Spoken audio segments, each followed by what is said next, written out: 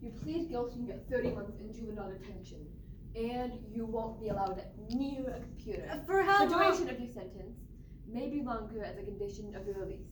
That will be up to the judge. All I did. Hack into the computer network for the entire juvenile justice system of New York City.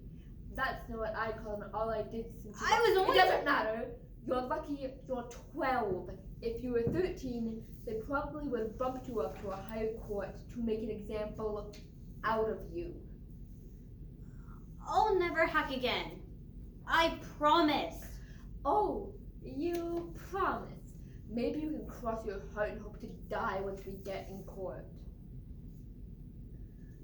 If I can't use a computer, then I can't do the one thing I'm good at. Excuse me, I believe you're in my seat. Sarah is not having a good day.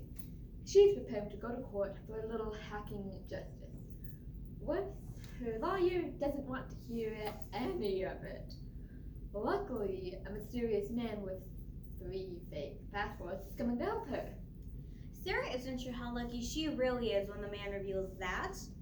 Not only has he never gone to law school, he needs her to do some more hacking. You know, the thing that got her into this whole mess? This is City Spies by James Ponti. Did you hack into the juvenile justice system? Attorney-client privilege forbids me from telling anyone what you say in here. I need to know if it's true. It's true. Brilliant! I need you to do it again. Do what again? Hack into the juvenile justice database and make me your attorney of record before Mr. Stubbs gets to the 7th floor and checks. Listen, I don't know who you are, but the court's supposed to assign me a lawyer. A real one.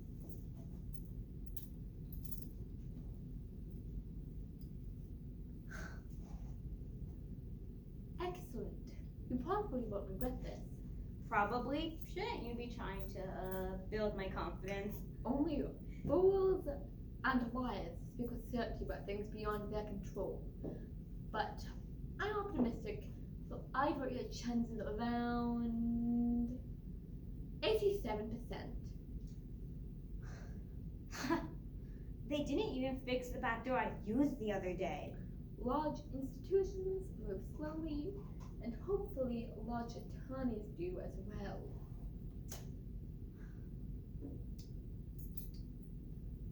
Oh, what's your name? Excellent question.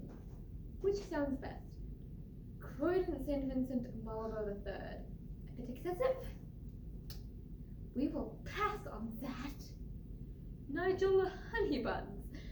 Honeybuns. I quite like that. I think I'll save that one for another time. We're kind of in a hurry. Right, here we go. Gerald Anderson. That sounds like a proper barrister. Dull, boring, eminently forgettable. That's my name. Gerald Anderson. We're all set. No alarms, no one rushing out to arrest us. Very nice work, Sarah. Except now I have an attorney who's never gone to law school. I've watched a ton of courtroom dramas I can handle an appearance before a judge. I'll need details about the hack. I'm sure they're all in there. This only tells me what you did. I want to know the reason.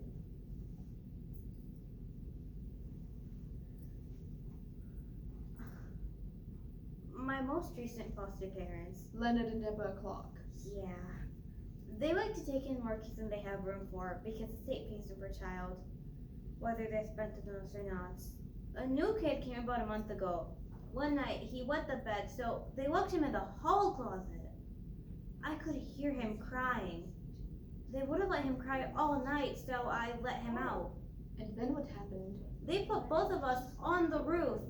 So the next morning, I went to the school computer lab, and I hacked the juvenile justice database to see how many kids had been sent to the Clarks. Then I hacked their bank accounts to show how much money they were taking in and where they were actually spending it. You're not being charged with hacking the bank. They dropped their complaint. I'm sure they don't want the world to find out a 12-year-old girl with their security system. What did you do with this information? I sent everything to my social worker and, you know how stupid I am. When I saw the police coming to the house, I thought they were going to arrest the two of them. But they arrested you instead. The clerks even had the other kid line up on the porch so they could see me be let out in handcuffs. I can make this a lot better. Don't you mean, probably? No, I'm certain. But I'll need you to do something. The reports in the file say you are completely incapable of. No matter what I say or do, I need you to trust me. How can I trust you? I don't even know your name. Sure you do. It's Nigel Honeybuns, it's Gerald Anderson, sometimes it's even Croydon St. Vincent, Marlborough III. It all depends on the situation. But my friends and colleagues, and I do hope that's a group you could consider yourself to be a part of, they all call me Mother. Mother? That's an unusual name for a man. True, but I am an unusual man, wouldn't you say? Remember the part about trusting me. All rise for the Honourable Lyman J. Pancake. How does the defendant plead? Guilty, Your Honour. Opposing counsel offered a sentence of 2.5 years in juvenile detention. That may have been discussed, but there was no agreement. Now there's an admission of guilt, so I'm not inclined to let her off easy. 30 months isn't enough. My client compromised highly secure computer files. She hacked into the financial records of a bank. What about my attorney-client privilege? That would only apply if it's actually an attorney. Your Honour, this behavior is serious. I believe Miss Martinez should remain in custody until she is an adult. That's 6 years. This is the part where I need you to trust me. But you're arguing for a harsher penalty than they offered. Give me 90 seconds, then decide.